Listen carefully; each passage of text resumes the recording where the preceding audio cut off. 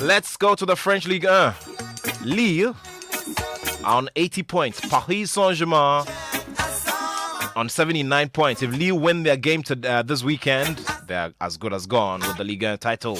Monaco in third place, 9 for Marseille in fifth place, and 56 for Lens in sixth place.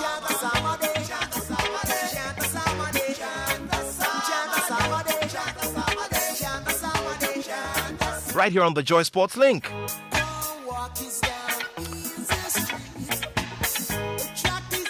So, what really is the situation on the Ghana Premier League table?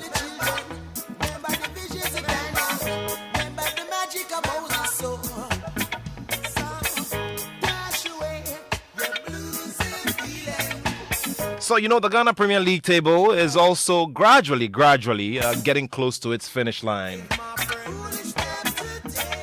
And there's a lot to talk about regarding the top 6. Okay. Missed that a little bit. I'll bring it to you. But it's Accra Hearts of Oak temporarily there at the top. If that could be the situation.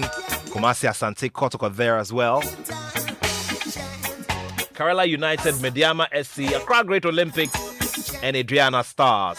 Accra Hearts of Oak on 46 points, one more than Kumasi Asante Kotoko, who are 45. Karela United, who previously led the league table, on 41 points in third place. Mediama SC on 40. Great Olympics on 40. And Adriana Stars, the former league winners, on 39 points. What an interesting season it has been in the Ghana Premier League. So, we will get to discuss all of it right here. It's off who wins the Ghana Premier League title. We have to start discussing it now. And of course, joining me in the studio will be Osei Owusu-Bempah by Emmanuel Saint Osei, who's the PRO for Accra Great Olympics. They led the table for a while. I don't know what's been happening. They'll be explaining to us and getting us close to it. Michael Nkansa is the former PRO for the Greater Accra Circles Council of Kumasi Asante Kotoko. That's the official sport, who is the spokesperson for Mediama SC. Well, a packed afternoon that we have for you, and we trust that we're going to have a wonderful conversation. You can contribute your thoughts and your expectations going further into the Ghana Premier League on 055-1111-997. 055-1111-997. It's as simple as 055-1111-997. And make sure that as well, let us go ahead and congratulate the president of the Ghana Football Association. Why do I say so? He's been named as the new president of the WAFU Zone B, zone under the Confederation of African Football, and the West African Football Union Zone B. Will now be led by the Ghana FA President Kurt Okraku. Now, the announcement was made earlier today during the 14th WAFU Zone B General Assembly at the Swiss Spirits Hotel Alisa here in Accra. Now, he takes over from Nigerian FA President Jibrila Hamidu, who has been in charge of the union since 2018 after taking over from Ghana's Kwesi Nyantechi. So, Kurt Edwin Simeon Okraku, was elected to the Ghana Football Association's topmost, leadership position in October 2019. Togo, Ghana, Nigeria, Burkina Faso, and Benin. So congratulations to Mr. Kurt Edwin Simeon Okraku, and it's our hope that he'll bring some positivity to all of the always say it's always good to be in your company on this, especially at this hour on a Saturday. We'd like to say a very big thank you to the previous teams that brought us different shows. It's time for us to discuss critical to the gentlemen who are seated across from me, and they will be introducing themselves from you. And going in strict Ghanaian tradition, we'll begin from my right and your left. Hello, everyone. My name is Nasser Bwedi, Mad Ferrari fan. And also a Liverpool. I know why you left that out today. Well, we're getting there. Kojo Tumfuasiedo, an avid and unrepentant supporter of the Red Bull and the Max. Very well. Okay. And then finally, does Monaco strike immediately, especially as we're building up to this season's race? Nasser, you can begin. Boats. Mm-hmm. Beautiful people. And narrow corners. Very well. What about you, Greg? My focus is only one thing, not even the past history. Okay, interesting. Max is going to do it, you say? Exactly. Okay, all right. Let's see how it goes. Doc, Anything that always comes to mind when you think about Monaco? Oh, is the boats, the glitz and glamour, the pump, the trills and spills, the Thank you. accidents and the safety cars. Do we get more accidents occurring in Monaco than any other? Oh yes, for sure. It's up there. For sure. On average, you get about 2 safety cars per race. Per race. Very well, very well. Who do not follow Formula One on a daily basis. That is there going to be a big difference? You know, your auntie. Everybody knows Hamilton is aging. But is it showing in? You know, that's the thing. Is it showing in his output on the tracks? I don't think so. Not really, but we will see it in the coming days. Okay. You realize there is this young, energetic gentleman, Max, Verstappen. who is he is always on the rise, Okay. and very soon he's going to do it, and then you will see what is it? Hamilton taking a back seat. I have listened to Hamilton in each post race yeah. interview, and his admiration for Max Verstappen tells it a lot. But you see, he keeps admiring Max and he keeps beating him to it. So where do we strike the balance? The interesting thing is that this is the year that Lewis has started very well. Most of the time, in the beginning of the season, he'll be like third, fourth, and fifth. This time, he's come up with a new attitude and he's on top of his game. You can see maturity. He's not rushing and he bites his time. He takes his time to do the deed. And we are seeing the big difference between him and his teammates this year for the first time. We've never seen it like that. The competition has been fierce. And I think somewhere along the line, Max is also going to have his day. He is going to have his day, but I mean, as somebody who supports Ferrari, it pains me to say it, but it won't be this year. I think Lewis is still streets apart. Most of the other drivers, especially the young ones who you would have thought should be stepping up. So he makes the right decisions, and that's a big that's part. the advantage he has. But it looks like the Ferraris are back. Oh. Well, I'm not saying that. It looks like they are back this week. I mean, yeah. Hamilton has been in the race for 15 years now. He Sure. has learned a lot. His experience, expertise are displayed on each of the race that we have had. No. I think you are making a mistake with Hamilton. Hamilton is like a generational talent. I mean, the day he entered Formula One as a rookie, he nearly won the championship. If it wasn't because of his team and teammate trying to disgrace the four-time world champion, that was his partner.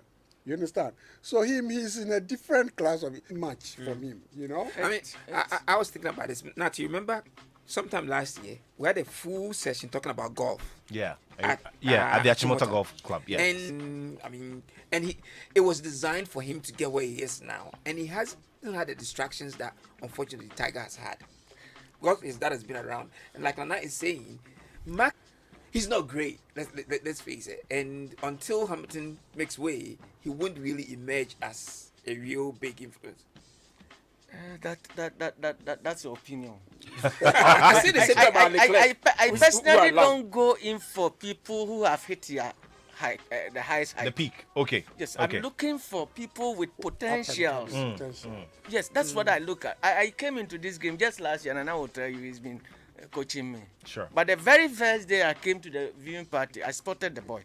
Yes. And I said, yes, this guy But is you must somebody be who careful. has the Leclerc potential. might overtake him. Into looking at how it's going to wrap up, tomorrow. Yes. But of course, some mind games being played between Red Bull and the Ferraris as well. And obviously, we're going to have a lot of, a big show of egos and of, all of that during free practice.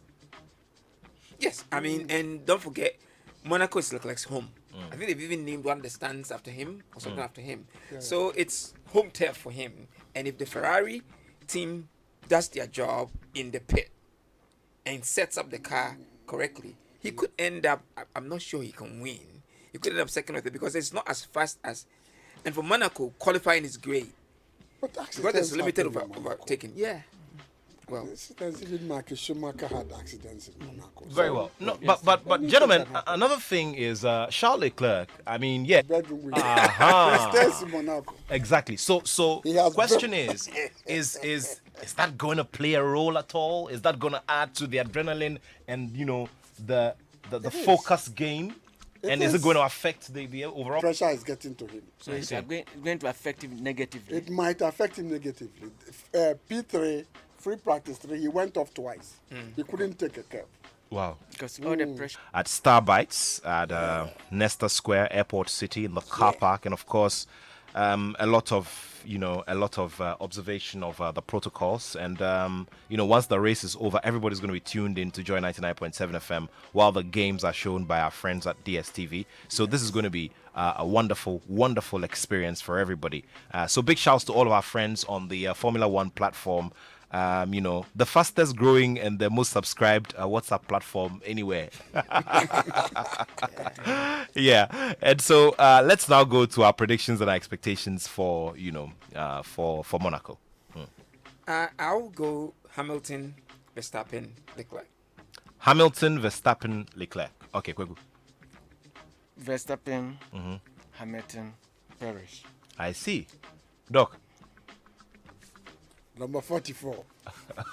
Car number 44. Lewis and Max and Leclerc. I'm struggling to whether Leclerc will be able to beat Max or Max will be able to beat Leclerc.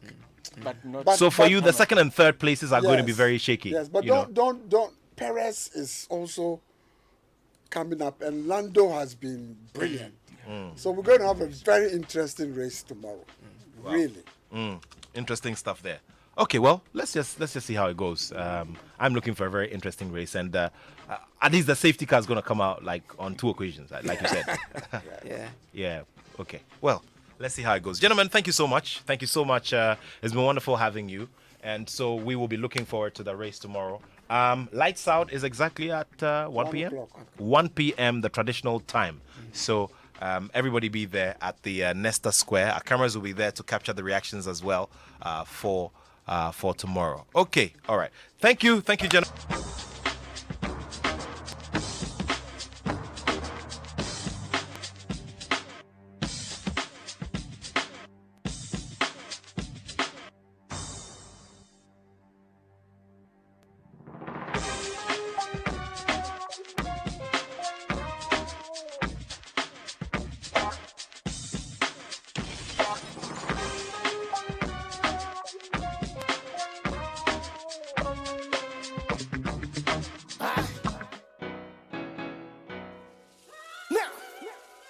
Another one. What else? Yeah. It's a beautiful brand new day. My sending Yakop on WhatsApp. We really go reply Tuesday. Me that's what think we man being weird. Yeah, that be the taste of grace. I see me so bolona me no. Still here on Joy 99.7 FM. Greetings to all of our friends who are joining us on the My Joy Online TV platform on YouTube. Come on, Monte. Accra Hearts of Oak, Yeah, nipe pia to me. after 26 match days, have 46 points. Asante Kotoko, after 25 games, have 45 points. Adriana Stars on 39 points.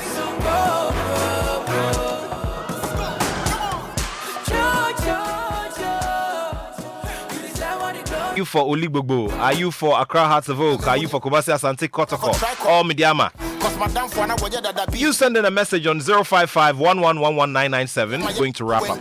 That's the focus of the discussion this afternoon on the Joy Sports Link. Inflation crash on me boss. Inti ende se me da kan name na me mbabe ko school free dia. Ene me tuche mama mo fa me born enche na toa so. Everybody give glory. Yes, so we don't me a mini nani. I don't want me. Oh,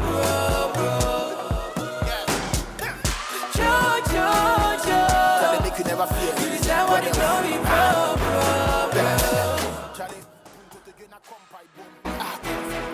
Forget ni panado ye bi na wo be ya ye ne wo dom.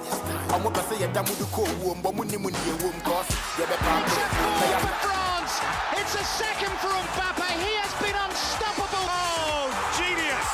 Absolute genius! Would you believe it? And it's a hat-trick for Cristiano Ronaldo. Watch Euro 2020 live in HD on TV, radio and digital media on all multimedia group channels and on the HD Plus decoder. Kickoff is on the 11th of June. The greatest night in Portugal's football history for Cristiano Ronaldo. From tears to cheers and more tears this time of joy. Champions of Europe 2016. Still here on the Joy Sports Link on Joy 99.7 FM. A message. Okay. Keep your messages coming in 055 997. And of course, we are only just a week. Pay very close attention to. Good guys.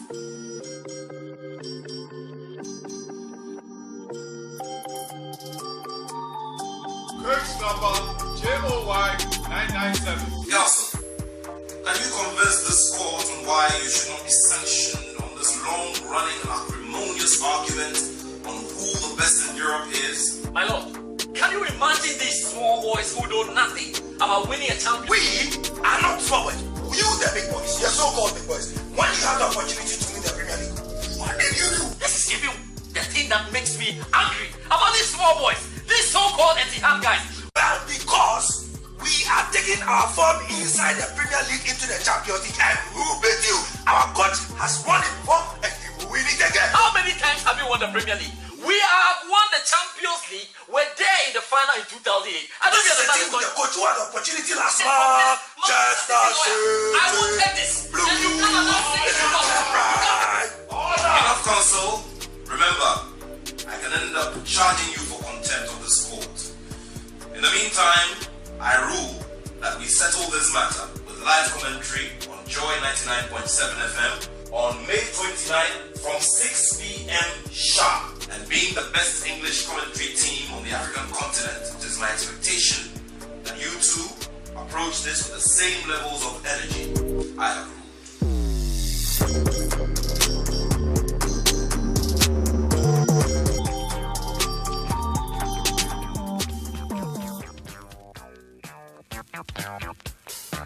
Okay, radio drama, the Joy Sports way. Watch out on all of our social media channels. There's something interesting coming up. And so next week by this time, we'll be preparing ourselves for all of the big action. There'll be live commentary here. And of course, in partnership with Hits 103.9 FM, we'll also bring you Rep Your Jersey with a special UEFA Champions League quiz. Loads of prizes to be won as well.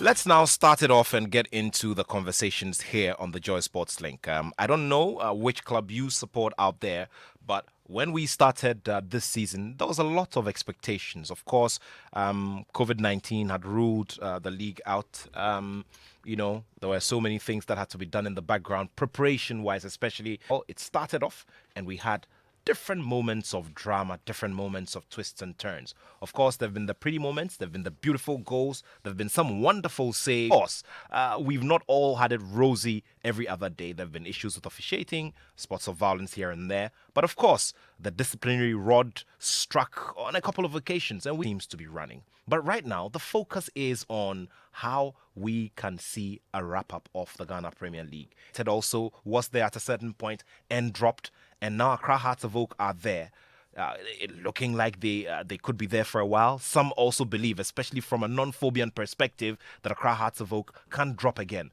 Who will win this very tough and very, very competitive battle? Well, we're trying to, get some of the answers right here in the studio and through all of our friends who are joining us. I've told a bit of a unique and interesting story this season. After emerging from the second tier of Ghana football, they came in real strong and have shown a lot of quality. They've shown consistency in a certain way at certain points. Due to eventuality camp of Accra Great Olympics. They've bought a new bus as well.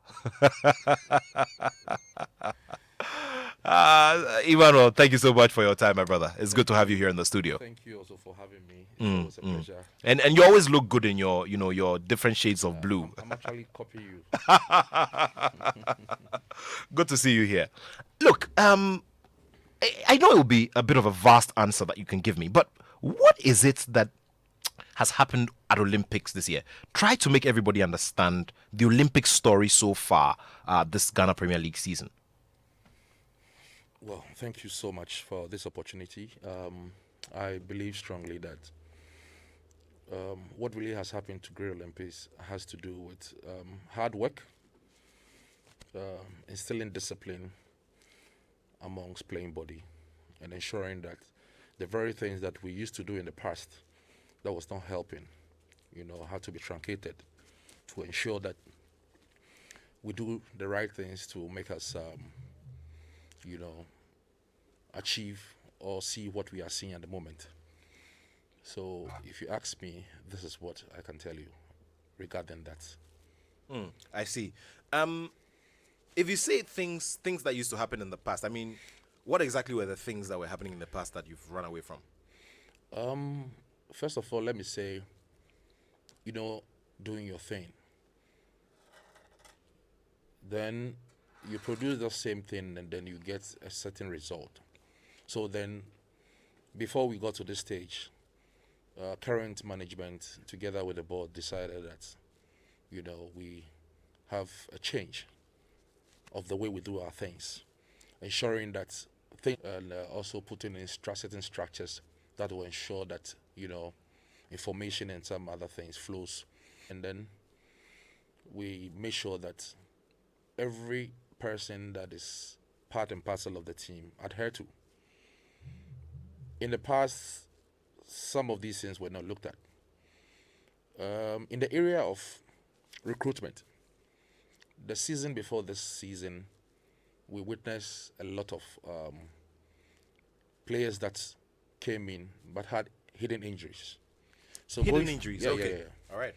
So going forward to be at the helm of affairs, tries as much as possible to get the quality materials that will help us.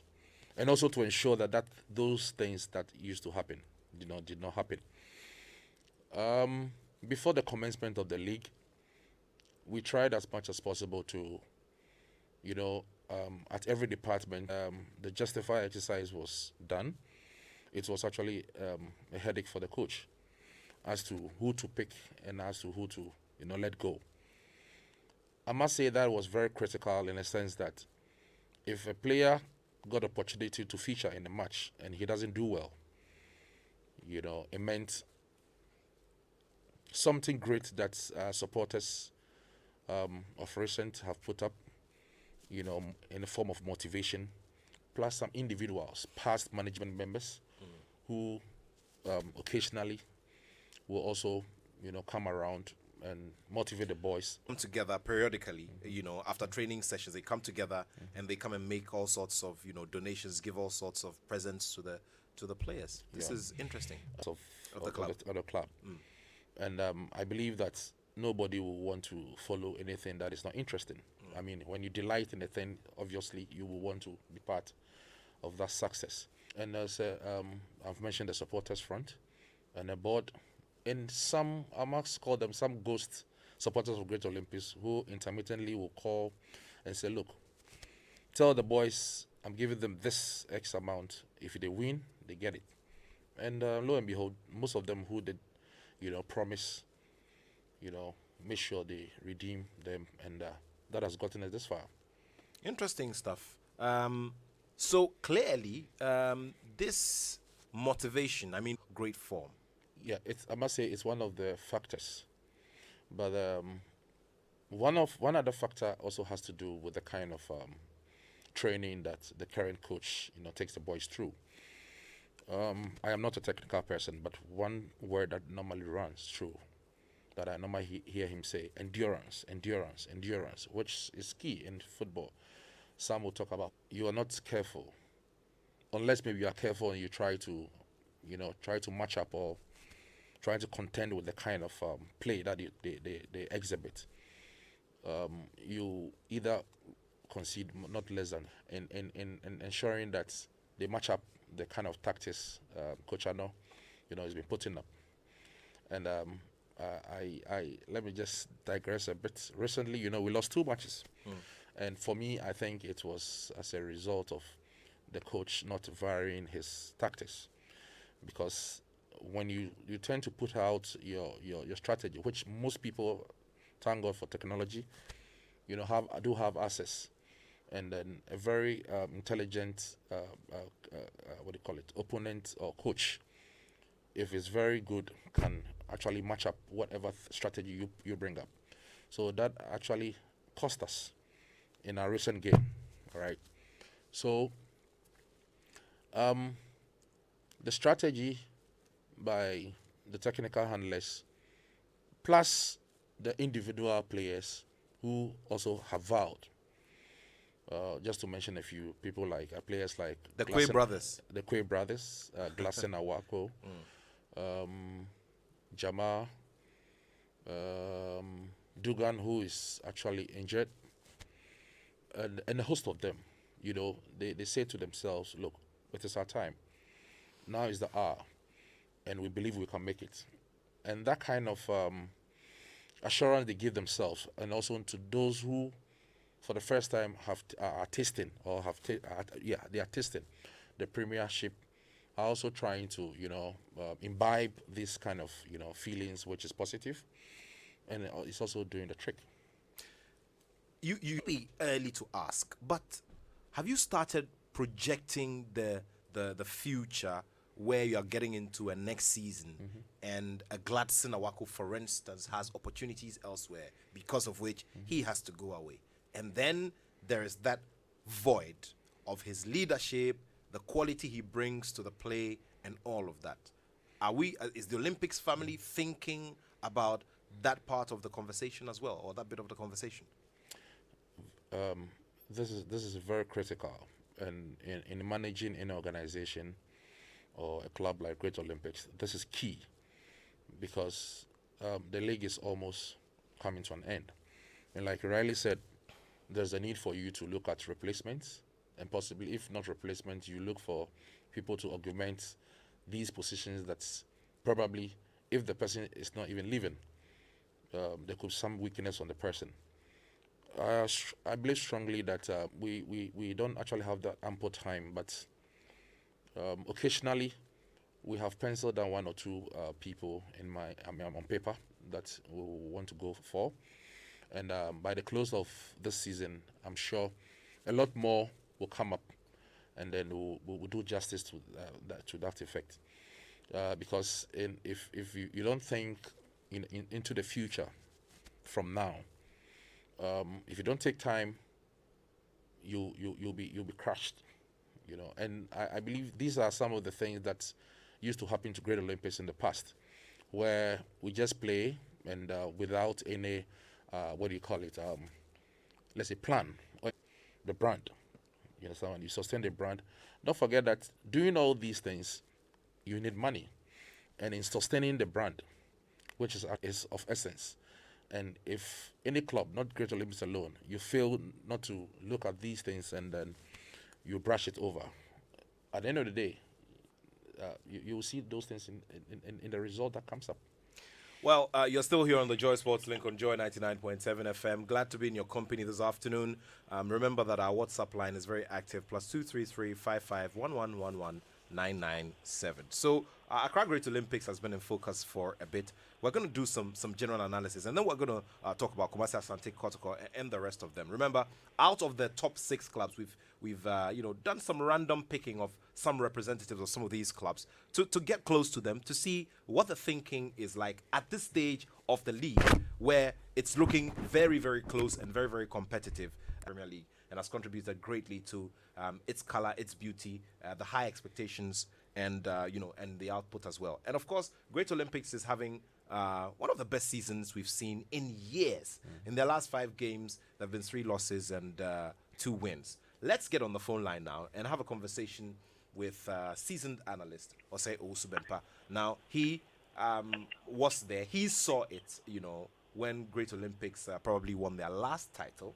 and that other return. So he's going to be talking about that and that of the other clubs in the top 6. Thank you so much for joining us, Owusu Bempah. It's great to have you again. Great to be here, Nat. I mean, you take a look at the situation, and it's pretty tight and close. So Hearts and Kotoko have 1 point separating them. Hopefully, by the end of the match day today, we'll see whether Kotoko will overtake and go back to the top. You know, Karela there on 41, Mediama and Olympics have 40 each, and Aduana are in 6th place with 39. Interesting, and I think to a very large extent, I would say that it's been quite competitive. Competitive in the sense that the difference between the clubs, even the quote-unquote, the very good ones on top and those below, the difference is not so wide.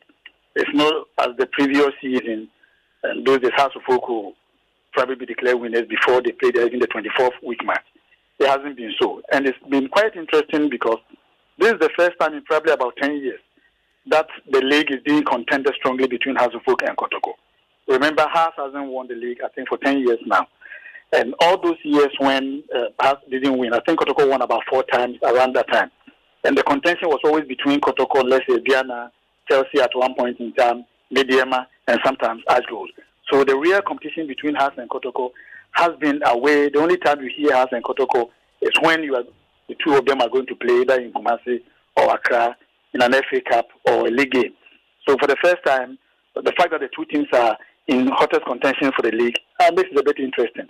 And I think that just as you said, after today's game, we will see a lot of permutations will come in as to how and who we think statistically and realistically is going to have the title this year. I believe that just as you said, it's between Haas and Kotoko are the strongest favorite. But Karela, Olympics, Mediama, and to some extent Diana are also in contention. But I think that the league will go down between Haas and Kotoko. Wow. Okay, so Haas and Kotoko. Seto Said disagrees with you. I'll let him tell you why. The reason is very obvious. But, you know,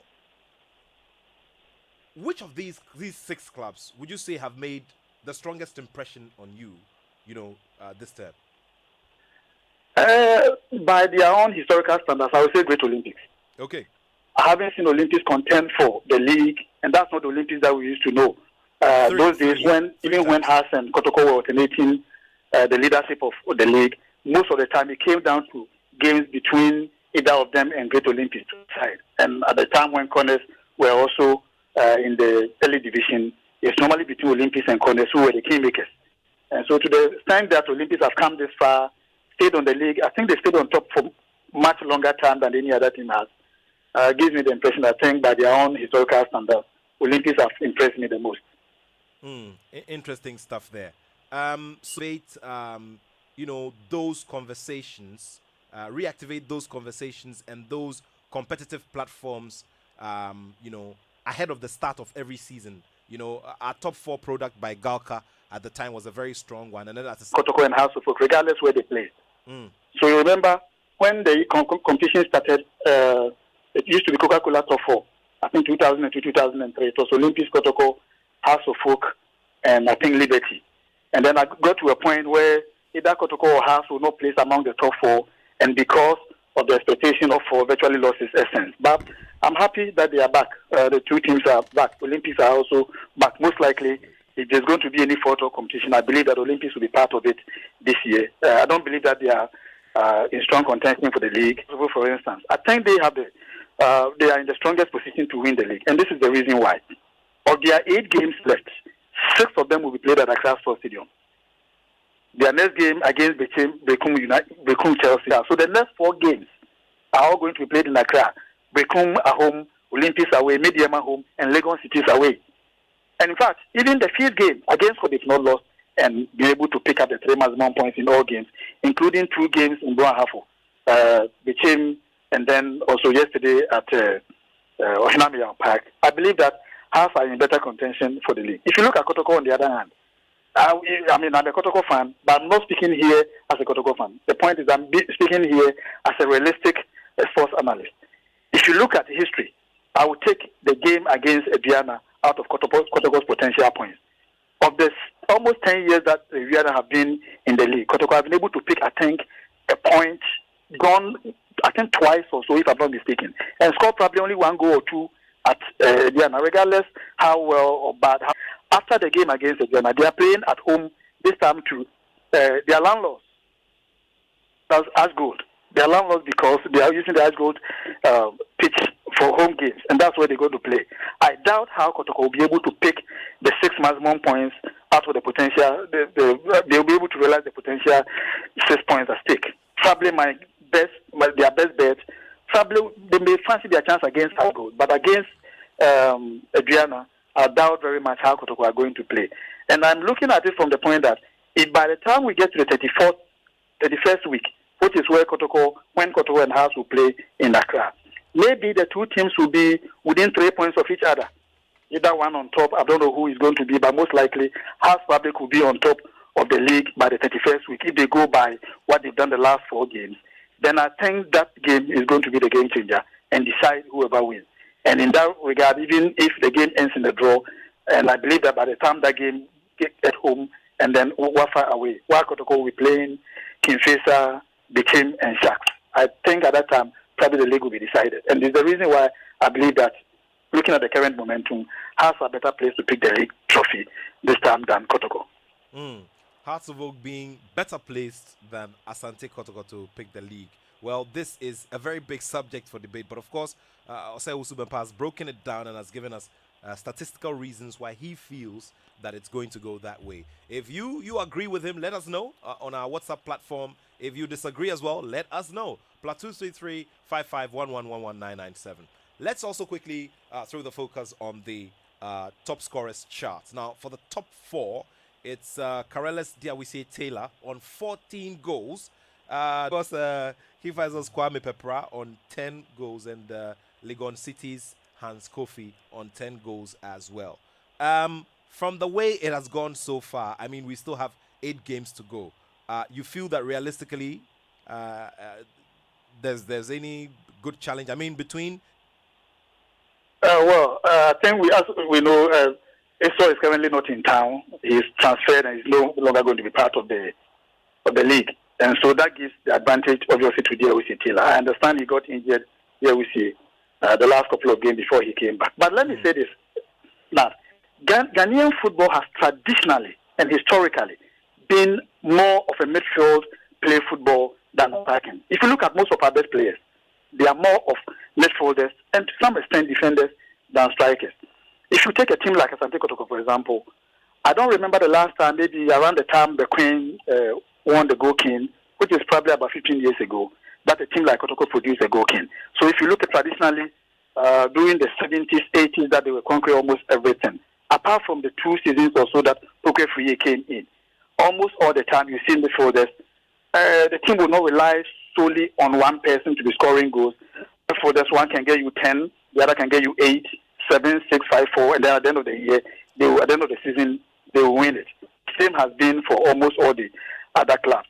And I think that the emphasis on goalkeeping to me doesn't excite me so much because majority of the time, some of the players that we call goalkeeping, if you analyze critically, their goals normally come against low-table teams. For example, if you have a player who scores, let's say, 15 goals in a season, and then his team places, let's say, 3rd or 4th, or let's say 5th, and then he could not even score a single goal against any of the top teams. And then 80% of these goals also come at home. Then obviously there's always a question, and I'm sure these are some of the things that modern European scouts and other scouts look at when they want to pick up, to recruit players in terms of, especially when they are picking up strikers for transfers and stuff like that. Because our league seems to be traditionally more of home-dependent point acquisition system of league, where the best teams normally get most of their points from home. And that is one of the reasons why I think that the emphasis on goalkeeping to me doesn't excite me so much. Well, the bit where you talked about, you raised the thing about the home advantage and how it could play to Accra Hearts of Oak's advantage. I would want to stick to that a little more because Michael Inkansa has just joined us in studio, and I'm going to take his thoughts on that. Now, Owusu-Bempah has just reminded all of us that Hearts of Oaks, out of the remaining 8 games, Accra Hearts of Oaks games have 6 at the Accra Stadium. 6 of them are going to be at home. And of course, now with the way that the trend, we know that there's a lot of strength, on the home turf. The fans have also, returned to the stadia by quota. And so that should be a very big piece of worry. Not forgetting that Kotoko has a game this afternoon, Michael. Yeah, I think that, not to a large extent yet, I agree with my senior brother, Ernest. If you look at Hearts of Oak at Accra Sports Stadium, let us be very factual and let us be very honest when it comes to our understanding of the game. I mean, Hearts of Oak at Accra Sports Stadium, undoubtedly, even when the team is underperforming, you cannot overrule the fact that with the 6 matches that have been mentioned, they are potentially likely to pick more than 90% of the points at stake. And that one we should not underrate as significant fact. I believe also strongly that I give a lot of respect to those teams that Hearts of Oak will also be playing against at Accra Sports, including Accra Great Olympics. You also realize that Great Olympics have been very comfortable when they play at Accra Sports Stadium, regardless of the opposition. And for the significant fact that Hearts of Oak are currently on the summit of the league is enough motivation to cushion the boys to play very well above themselves and to ensure that for the past 10 years that they've been ridiculed, that they've not been able to win the league. This will be a great opportunity for them to consolidate that opportunity or that gains that they have made so far since the commencement of the league. I think that this is the first time they are occupying that position as far as this season is concerned. And except for Kumasi Asante Kotoko, Accra Great Olympics, Karela United, and Ashanti Gold, I think Hearts of Oak is the only team, apart from these 4 teams, to be at the summit of the league this season. And as to whether or not their stay at the top will last longer than these 4 teams that I have mentioned is a matter that we will have to interrogate after today's game involving Asante Kotoko and West African Football Academy, and subsequently what will happen tomorrow at the various centers, which will include other matches that are of potential interest to most football-loving fans. And so, yes, of course, I agree that Hearts of Oak has a lot of opportunity by virtue of the 6 matches that have been mentioned or put on the table for discussion. But I still also believe that even though they have that 90% advantage, they should not underrate the occurrence of surprises from some of the teams that we find among those 6 teams that we are talking about. Now, keep the focus on Asante Kotoko a little more. And, I just want to look at this Fabio Gama phenomenon, this Vinicius phenomenon. At the point when Fabio Gama was brought in, at a certain point, it became like he became like a comical case with the greatest of respects. If we're talking Brazilian football, which big Brazilian player who's so talented will want to come here? But, Osubempa, how would you, assess, his contribution since he got in? And is any other such talent from South America then worth the trouble and worth the attention based on what we've seen of Fabio Gama in the Kotoko setup? Well, I think to a very large extent, he's contributed greatly to the team's performance. When he came in, one of the concerns for many of the supporters was that he was physically not a very strong person. But his play has obviously made us all aware that midfield game is not always about strength. It's about intelligence. If you look at a player like this Juventus guy, Pello, he got to a point when he was his best of football, was not relying on his strength. He was relying basically on his brain. And that is exactly where his strength lies. And I think that, to answer your question, he has done a lot for Kotoko. At the end of the season, beginning of the season, the players that Kotoko recruited, I was always wondering who was going to be the person who had the confidence to probably hold on to balls and release them, had the confidence to be able to, in the face of even attacks, hold balls and release them as and when he had to. But you look at the midfielders that Kotoko recruited, Keyeke, Mabila, and Co. are all basically bulky, stone-fighting midfielders. They are not the creative midfielders, the Lodro kind of midfielders that we had. And I think Fabio's inclusion in the game has kind of brought some kind of a picture of Steve Lodro back into the team. And I think that he's done quite well. If you look at the goals Kwame Puku, for example, scored prior to his departure, about 8 of the 7 or so goals that he scored, I think 6 of them came from his direct passes. And to that extent, you can probably credit him for the relative success of Kotoko this year. He's done really, really well.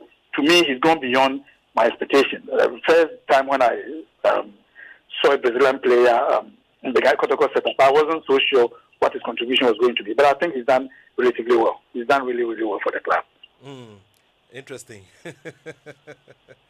Okay, so this message is from the owner of Banana Danubian Fashion Center in Tabora Laji. He talks about, the colors of Accra Hearts of Oak's flag that is making a lot of noise in their ear. So obviously he's a Kotoko fan. He was not exactly happy with what happened yesterday. So, just pray that your club Kotoko wins this afternoon. And of course, greetings to you, Nana Mantiao, presidential staffer Nana Yao Mantiao. He says that he's listening very carefully to, but I don't know if Nana Mantiao is an Olympics fan, we have to talk about that. Okay, so clearly the Fabio Gama effect has been good, and that obviously has given us a bit of a good, perception about some of these players who, and of course on social media as well, there was this whole thing that was started on about, him possibly getting a call up to the Brazilian national team and all of that, So great mention of the likes of Stephen Odro, who showed longevity and have shown a lot of quality. And I'm getting to learn that he is currently getting himself ready for a coaching course in Germany. Oh, really? Yeah, exactly. Yeah, because I mean, products from the Ghana Premier League like Stephen Odro definitely have to come back and contribute. They've done a wonderful job. in another way, except to play. And let me just add to what my brother Uzubempa said.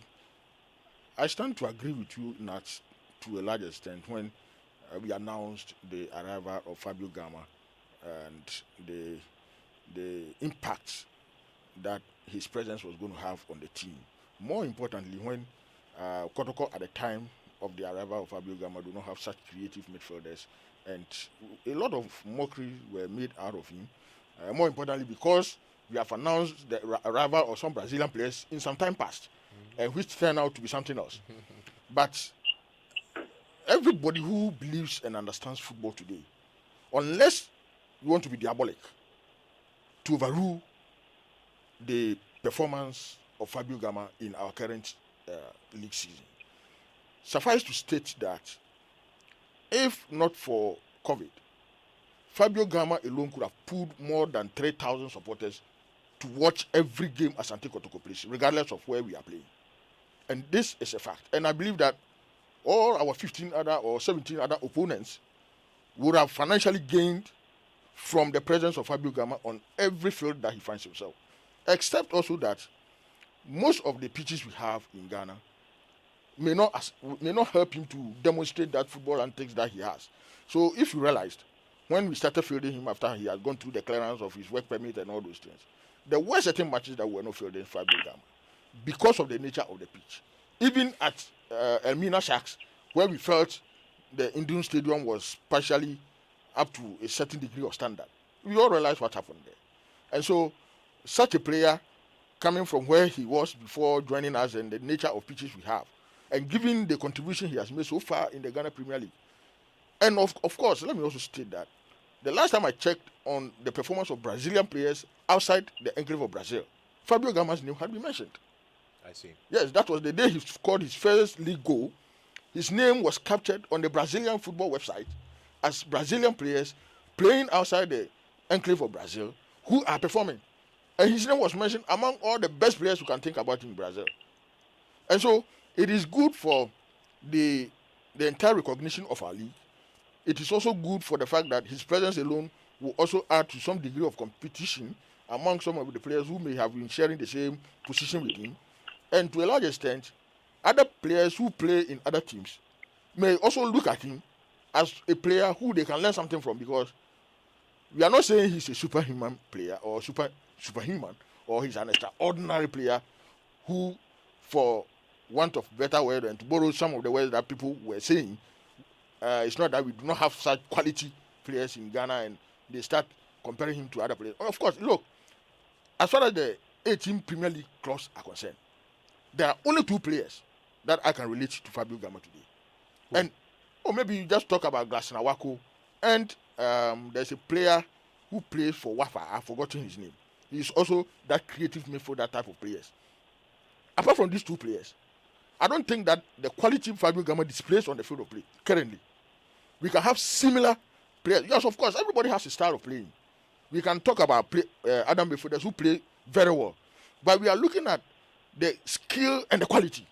And comparatively, if you take Glasson Awako and that player whose name I have forgotten at Wafa, I believe strongly that Fabio Gama is one of the best players to play in the Ghana League as far as this season is concerned. And in fact, talking about bringing back the love, Fabio Gama, we have to commend that boy for accepting to play in the Ghana Premier League, to bring back the love of Ghana football. I see. We also need to go between the central and western regions and focus on Karela United and Medeama. Now, Osman, Karela, you know, they came in strong at a certain point. They were leading the pack. You know, they've had the top scorer of the league for some time. I mean, Diawisi has been pretty stable for some time. I mean, Joy Sports also. Well, they've done quite. They performed quite remarkably. You realize that I think the first 2 seasons that they played, they joined the league when they beat Kotoko and House both 3-1 at home and stuff. That was one. I think the year that the identity issue, Amas issue came, and then the following year, I think they were still on top or second somehow when the COVID also raised ugly head. But I think to a very large extent, they've done quite well. They've lost, I know, most of their quality players, the Kayekes, the Safo Taylors and co. But they are still a force to reckon with. The fact that they have not lost a game at home until they played Kotoko earlier on this season tells you that they're a very relatively younger club, but they are quite impressive. And I've always admired the way they play, the organizational structure of the club, and the way they've conducted themselves over the period. And I think that this year probably may not be their year. Maybe they have that are normally single pocket funded. As soon as the big pocket begins to dry up for whatever reason, in this case, the demise of their founder, the senator, has also affected them. But I think to a very large extent, not as much as I thought they were going to be affected. They've been quite competitive this year, and at a certain point in time, I believe that they may also be part of the kingmakers. They are playing Kotoko away, and I believe it's one of the games that the Kotoko have to struggle for if they have to get the maximum points. Now, you talked about funding, and that will bring me to Medeama SC, who obviously had a very big boost, during the season, getting a lot of injection in hundreds of thousands of dollars from their sponsors, Goldfields, to the instrumentality of their board chairman. I believe so. I mean, this is a community team, and the fact that they found themselves at a place where mining activities are going on. And remember, not taking any credit from that, all sort of obligations to be able to fulfill some of these expectations. And therefore, it's the reason I think Medeama has also been quite competitive. You know, the owner understands it's quite wealthy and liquid, but there's a limit to how much. They played in the league, I think, for the last 7 or 8 years. If not won it, they won FA Cup, I think, a couple of times. And some of these injections of business money into the team from corporate sources also go a very long way. If you look at the players that they've been able to recruit, Atingas, the tourists, and the fact that they were able to even maintain a player like Justice Blade, who at a certain point in time everybody thought was going to stay back at Kotoko, tells you that they are still in the race. I wouldn't rule them out, but I think the possibility of winning is not as high as, say, House of Folk and to some extent Kotoko. Well, interesting stuff there. Adriana Stars, won the league some years ago, and since then, they've for this season, I think it's been one of their nice seasons. Changing coaches here and there, players, the performance going up and down. I think they've been able to come back somehow. They are 32. I'm sure they can play among the top 4. But as to whether they will win the league title is something that I almost 100% doubt they can. They've had their times a couple of years back, and like Olympics, Medeama, and Adriana. The top 4 is going to be very tough, and I believe that Medeama, Adriana, working quite hard, probably may be able to get there, but it's not a year for league trophy this year. It's 8 games to go, but we also need to, like I said, start thinking about the future already. At a certain point during the league, and especially as we're getting close to the end, clubs will have to start thinking about this big bug of competition on the African continent, the Champions League and the CAF Confederation Cup. In terms of how we should be getting ourselves ready, what are your thoughts? How these clubs should be getting themselves ready? Because every other year it comes up, and it is always a major challenge for some of the clubs. Yeah, I think the more the years go by, the less likely Ghanaian clubs are to winning anything on the African continent.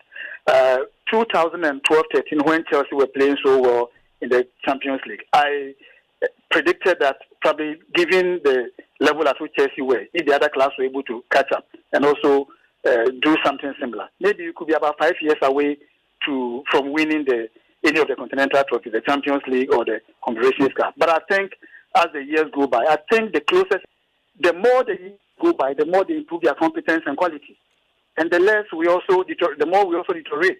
I watched Mamelodi Sundowns and Ali last Sunday, I think Sunday or Saturday. I'm going to watch the game. I think very soon I'm sure they will start the game. It's a game that I'm going to of the best of Ghanaian players representing one club, probably for a period of 2-3 years, can do so. Look, Kwame Poku played 7 games for Kotoko. He's gone. Esau played less than 10 games. He's gone. Lomote left long ball. So you can just imagine. And these players go not even to compete for positions for various clubs that they're playing for. They go and basically warm benches. So your best of players probably are not even good enough to be able to play for new clubs that they join somewhere around the African continent. Obviously tells you that we don't have the quality to compete. If you look at it's basically a Ghanaian problem right now. Even with the national team, the senior national team, which has got an area who doesn't probably have a limit in terms of who can play for the team. Our best of players that we have right now, representing the Black Stars, to me, may not be able to match a team like El Ali in terms of quality. If you look at 2008, when Ghana hosted the African Cup of Nations, the Egyptian national team won the Nations Cup using about 70% of Ali players and some few other players. I don't think they had more than 8 or so players who played in foreign leagues. Almost all the players that they paraded, the Gedos and Co, were playing in the Egyptian league. Yet, against the best of Ghanaian players who were playing some of whom were Champions League winners. Look at how we ended. We made the same thing 2 years ago in Angola, so the same story. So what I'm saying, pick a champion to play against Ali in the African competition. The players playing the Ghanaian league are basically category C players. And that is the reason why I believe that not until we begin to see more of category A players in our domestic competition, it will be difficult for us to be able to pick up a champion that can compete for laurels in Africa. If you look at our league, it is a league which does not produce more than 10 national team players around the African continent. If you look at House of Folk, we have only one national team player that we can mention as being regular for his club, and that is the Congolese boy, Radi, who plays the left back for Congo, not for House of Folk. Kotoko recently had just about 2 or 3 players, Habib and Co playing for City Akonos Black Stars, for obvious reasons when they decided to force mostly home-based players. But on any average day, when we are playing competitive game, when coaches want to get results for the national team, I doubt how many of these local players will be picked. But if you look at Egypt, if the Egyptian national team is playing, if the South African national team is playing, you can bet that at least out of the 23 players who probably will represent the country at various tournaments, about 17 of them will come from the domestic competition. It's the reason why I think that we don't have the quality to compete in Africa. Yes, it's good that they continue to participate in Africa, but if you participate and grow at a diminishing rate, and so you cannot tell and sit and tell us that you are building the team for the future. If you look at House of Folk, the attempt to win the Champions League started in 1997, group stage against Dynamos. It didn't go well, but has maintained pretty much most of the players. Then around 1999, Ismail Ado joined. Familia, who left, has kept virtually the entire team that started from 1997, and then eventually won. It has not been the same for any of our class. Probably the earliest we can win a Champions League, if we go by the current methodology, is probably 10 years from now, if not more. Wow, 10 years from, yeah. And to a very large extent, embarrassing as well. Because if you look at the destination of most of our players, and some of them go in a matter of 6 months, whilst you think they are playing over there, they're already in Ghana, sometimes. Playing quite well, and I'm hoping that if this player probably was playing for any of our ambitious clubs, I doubt how many years the club could have contained him. After a year or so, he will have our money. If you don't have the money to spend, you cannot keep the best of players. If you cannot keep the best of players, you cannot build a team. And you cannot even acquire best of technical hands. Mamelodi Sundowns, Michael can may correct me. I don't think the entire monthly salary of all the Kotoko players is up to $20,000. I don't think so. But we have a one coach in Egypt who is Abu Treka had issues with El Ali. He was fined, I think, $120,000. My worry was, how was this guy going to pay the money? Then I realized that, look, his salary was about $140,000 a month. So if you find $20,000, maybe in 6 months you'll be able to pay. I don't know how. I've never thought of a situation where Kotoko probably will say that, well, or House of Hope will say that one of our players has misbehaved, and for that reason we are finding him $10,000. Probably that would be his entire signing on fee. And so if you are not spending money, don't expect. The cap is for big spenders. The fact that Man City 6 years ago were it. If you don't have, and I don't think the Ghanaian clubs do. If you look at the way our teams travel, 2 weeks ago I saw a team, I think somewhere around Bekum. So when I look at the fixtures, I realize it's 6:15. You are supposed to play a game at 3 o'clock, 6:15 Saturday evening. You are supposed to play. How much rest can you have to be able to play? All because they cannot spend more than a night at a match venue because they don't have the money to pay. So you have to resort to some of these rough travel arrangements where players will get tired and it will result in injuries and stuff like that. So we are not investing and we shouldn't expect any results. Yes, we can win the domestic competition, but even look at it. Currently, House of Folk, the number of points acquired over the number of potential points. If you multiply 26 games that they played by 3, you are talking of about 90 something. It means that your percentage point acquisition when you are playing this, I'm sorry to say, non-competitive Ghanaian clubs, is less than 50. In other words, you are not able to acquire more than 50% of the points available. Look at the Egyptian league. El Ali plays about 30 games. Sometimes they pick 72 points. In 30 games, they score 42 goals and concede 7 in a season. Go back historically and check the Egyptian league, and you'll be amazed how El Ali and Zamalek, for instance, play. So when they come to the African continent, if they are playing teams like Mehala, they play Arab contractors, and they're able to pick 72 points out of 90 and score 40 goals in 30 games and concede 7. Chances are that when they meet House of Folk and Kotoko in their current state, there will be no match for them. It's the reason why they are winning. So if you look at the percentage points acquisition, goal scoring, turnout rate and stuff like that, goal conceding rate, they are way up there. I don't think Kotoko, for example, if you look at if you cannot score 2 goals a man, how do you go to Africa and become competitive? No, you go in, the best you can do probably to exit before the group stage or to play in the semi-finals of the Confederations Cup. And that has been the scenario the last 2, 3, 4, 5 years. House of Folk, the same thing. The years that the late Betado took them to 2-1 away, about 20 years ago, in Tunis, when they had not lost a game in 82 games.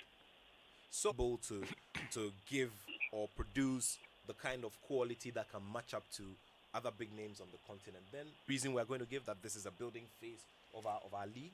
I think Senior Usbemba has really touched on the very point that is brought about all this kind of our league was truncated. Okay. Going back, we haven't had consistency. There hasn't been consistency.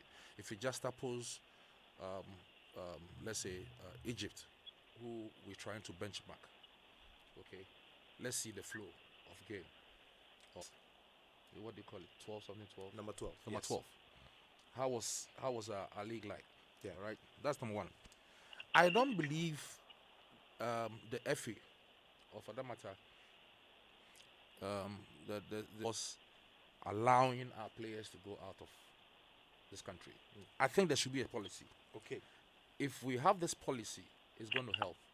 That policy must point to the fact that in as much as we want to have a very competitive league and also to produce clubs to represent us on the continent, motivation, money, headline sponsor, you don't even have one. So individual clubs are suffering.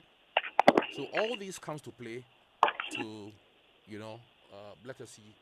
For the very things that Owusu Bempah is talking about. If money, motivation, a policy to regulate us. Michael, you know, quality. At the end of the day, it's quality. And Owusu Bempah makes mention of, for instance, expecting that a minimum of about 10 players from our local league should be up there and should be the only league we're talking about. Well, I think that looking at the circumstances we find ourselves and relating our circumstances to what we describe or what I normally want to pay attention, the situation or the state of football now, it's not like what we used to have back in the days where football was all about emotions. Now football, the relationship between football and economics are connected. So elsewhere, like he mentioned, 7 years ago, Man City was no team. Today, Man City is competing to win the Champions League. Now, there are very fundamental domestic league. I think there have been series of problems that all along we've been talking about, more especially even in terms of publicity or how we commercialize. And he goes and he fits into the first team of USM Algiers. You have a player like Oso, who also travels to Algeria, and he's drafted into the first 81 squad. One, it presupposes that our quality is not that bad, except that is our league structured to bring out that potential that some of these players earlier statement. We went to Indom Stadium. Look at the standard of the pitch. Go to Bona Hafo. Look at the standard of the pitches. Except for how many pitches do we have in Ghana that could support the competitive nature of football that we want to envisage in this country? Number two, the policy of retention, that is keeping players locally. Now, you develop such a policy when the coefficient of retention or a player in Great Olympics to play for 3 seasons before he travels outside. Now, what economic benefit is Great Olympics going to get when he travels out? What he is expected to get outside is equal or similar to what he will be getting if he is maintained locally for the next 3 years. We don't have that. So the Italian league could come up with a policy and state that we are not admitting up to 15% of foreign players in our Italian league back in the days. So every player who plays in the Italian league, Juve, AC Milan, and all those players were first-class Italian players. And that is what contributed significantly to the success story of the Italian national team. Now, when the economy of football in Italy begins to come down, given the need or the challenge coming from England and Spain and Germany, now they started admitting more foreign players. Now, in your bid to admit more foreign players, it means you are importing more professionals and you are importing more skillful, better players who are equal to the Italian players. Now, if you look at the number of foreign players we have in the Italian league, you see that now the issue of these teams should not have that aspect. And because the economy of football is working perfectly there, now it is a trading kind of system that we are doing. You invest huge, you make huge gains. Now we don't invest huge here, but we want to make huge gains. That does not survive on the exodus of its players. As we speak, Great Olympics will be happy that a team and if why not any African country? I mean, DR Congo. $100,000. Okay, depends on the value. It depends on the value. So It depends on the value. disagree with the No, value. you may disagree with the now on the desk of a Great Olympics. A player will leave Great Olympics, and it is a fact. What of Kotoko? Oh, but Kwamboku had left, so I'm not saying that if it happens in Kotoko, it will not work. If today we are speaking about Fabio Gama, even by the time even the offer comes, the offer has been discussed with family members. You understand what I'm saying? So the family contribution and those days, Stephen Obudoro will play more than 7 years before he decides to travel to South Africa. But Stephen Obudoro was better off playing for Kotoko for that 7 years before he traveled to South Africa because he was well taken care of. But does that economics or does that economic situation support what we have currently? It does not. How much did all the 18 clubs got from media sponsorship, the publication or the television rights that we had. How much? If a team got less than $7,000 from the entire sponsorship deal, how many months or weeks is that $7,000 going to be used to take care of a team? Like Osuwepa said, you have a match to play at 6 p.m. tomorrow or 3 p.m. tomorrow in Bunahafo. By 3:15 or 3:30, you are within Ashanti region in a tip traffic, 3 hours already on the road. Yeah.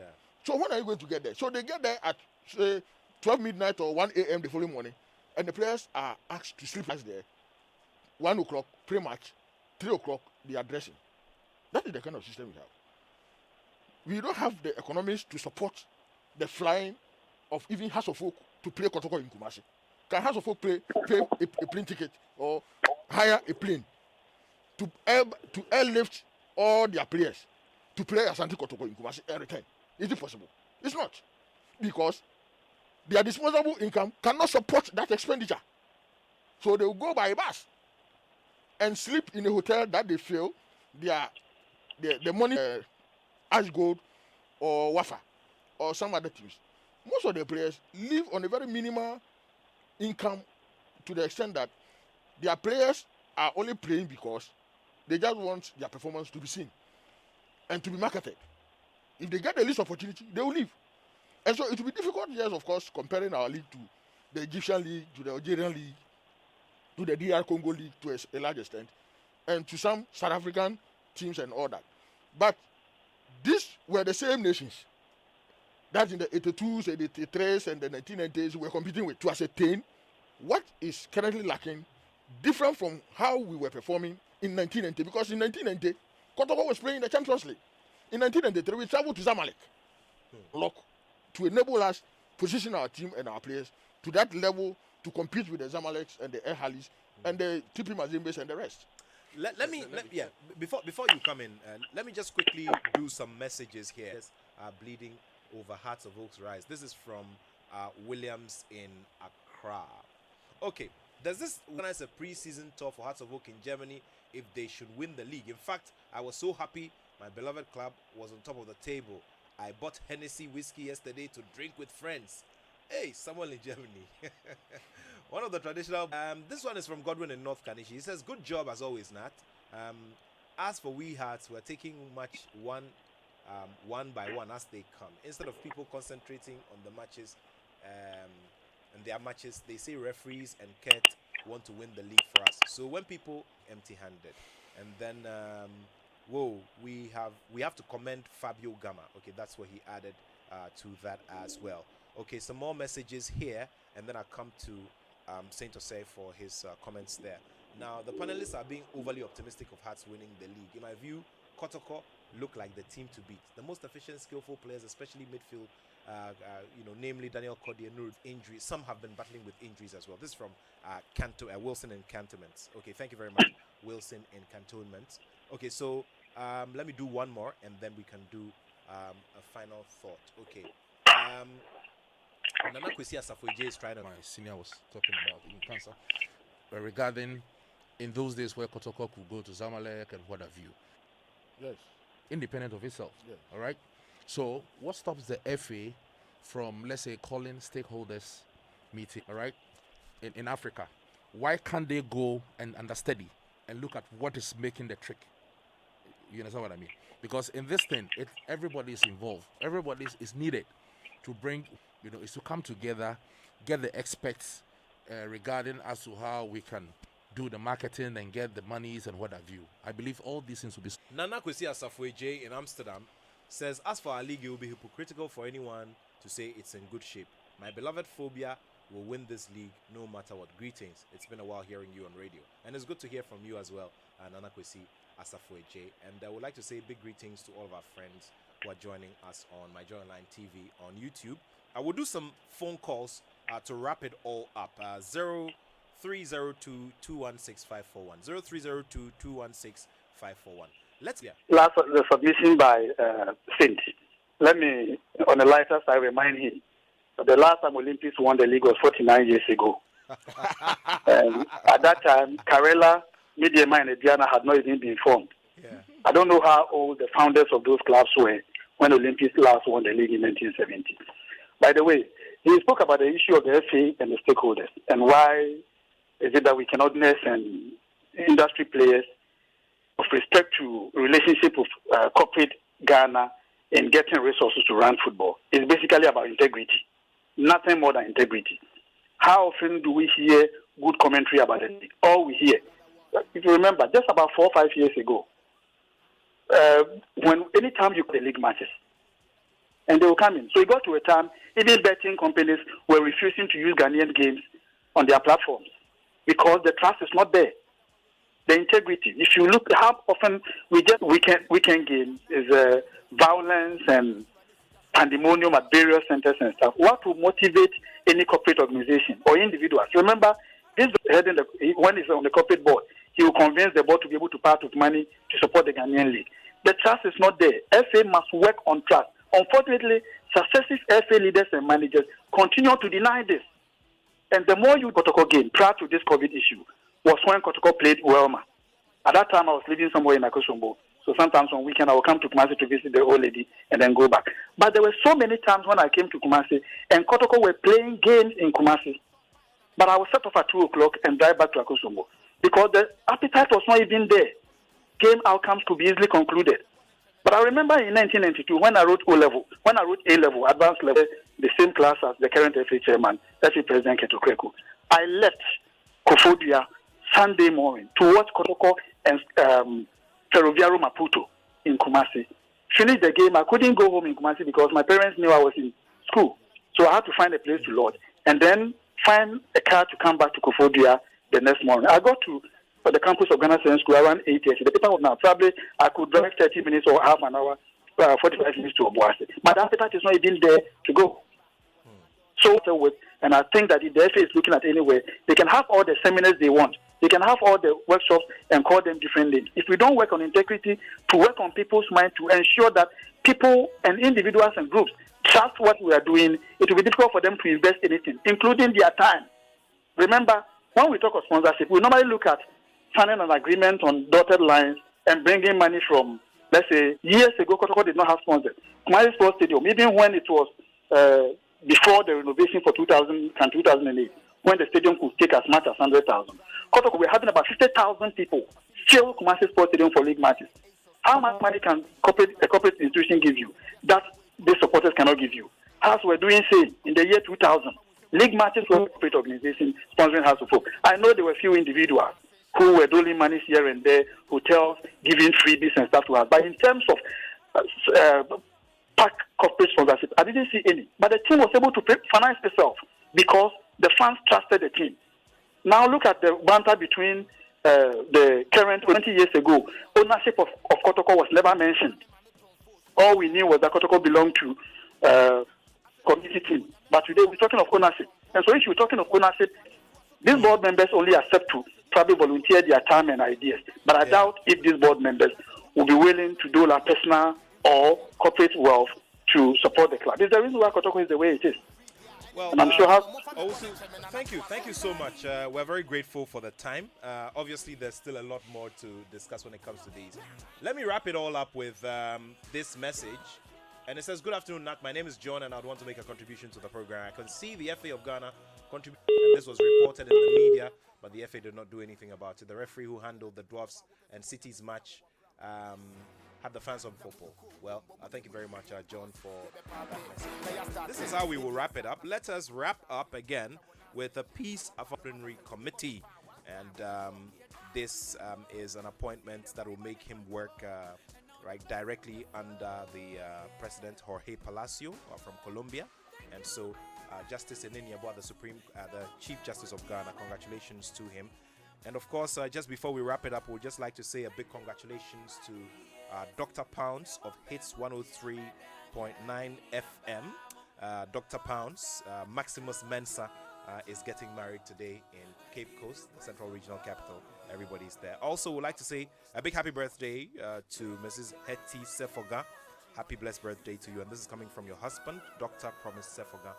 Thank you all so much for being a part of the multimedia family. And I'd like to say thank you to you who joined us, from all over the place. Thank you so much. We play entire lives. Yes, of course. There are games coming up later. How it all turns out. And of course, next week by now, we're building up to the big live commentary on Joy 99.7 FM for the UEFA Champions League final. And also, the Rep Your Jersey event by Hits 103.9 FM with the special UEFA Champions League quiz. So, who wraps it up? Who gets relegated in Europe? Who keeps the trophies? Who wins? Well, big questions, sir. I'll be back by God's grace next weekend to bring you another Joy Sports Link. My name is Nathaniel Atto, and I have love for sport.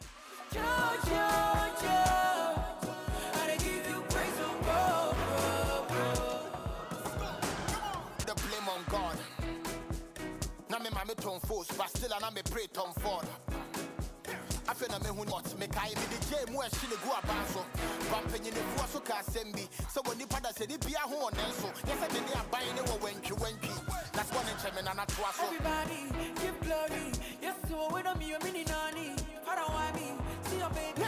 It's the other baby. Joe. I give you praise, oh bro.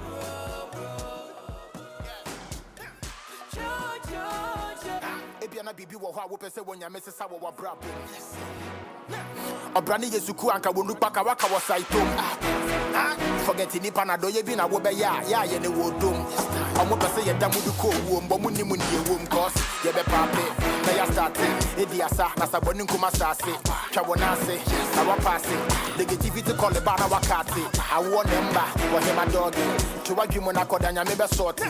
Nya Yehovah she da we ni mu no masa se we ni boss pa one time over shock. You see the vibe and the control, and now the blessings they flow. Are you ready for the biggest football festival in Europe, live on the Multimedia Group? Chance for him to shoot! Oh my word! Cheryshev scores for Russia! It's not an in by Kane! Harry's done it for St. George! De Bruyne to the edge of the area! Oh! That was unbelievable! Mbappe a pace! It's a fourth for France! It's a second for Mbappe! He has been unstoppable! Oh, genius! Absolute genius! Would you believe it? And it's a hat-trick for Channels and on the HG Plus decoder. Kickoff is on the 11th of June. the greatest night in Portugal's football history for Cristiano Ronaldo. From tears to cheers and more tears this time of joy. Champions of Europe 2016. Awaited Manchester Derby. Devastating heartbreak. He didn't get the goal there. And historic victories. But whatever comes our way, we stand for our teams until the very end. This is football worth watching. You can't afford to miss it. Get GoTV and witness the thrilling finale of a first-of-its-kind football season this May. GoTV, love it.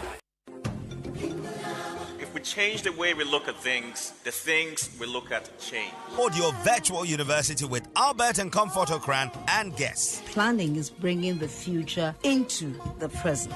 A job is for the salaries, mundane, survival oriented, and there's no passion. But a career has fulfillment, innovation, drive. A growth path is clear, and you can build step by step all the way to the top. Matriculate at 7 p.m. and graduate at 8 p.m. every Sunday on Joy 99.7 FM and live on Facebook. Springboard is brought to you by Legacy and Legacy.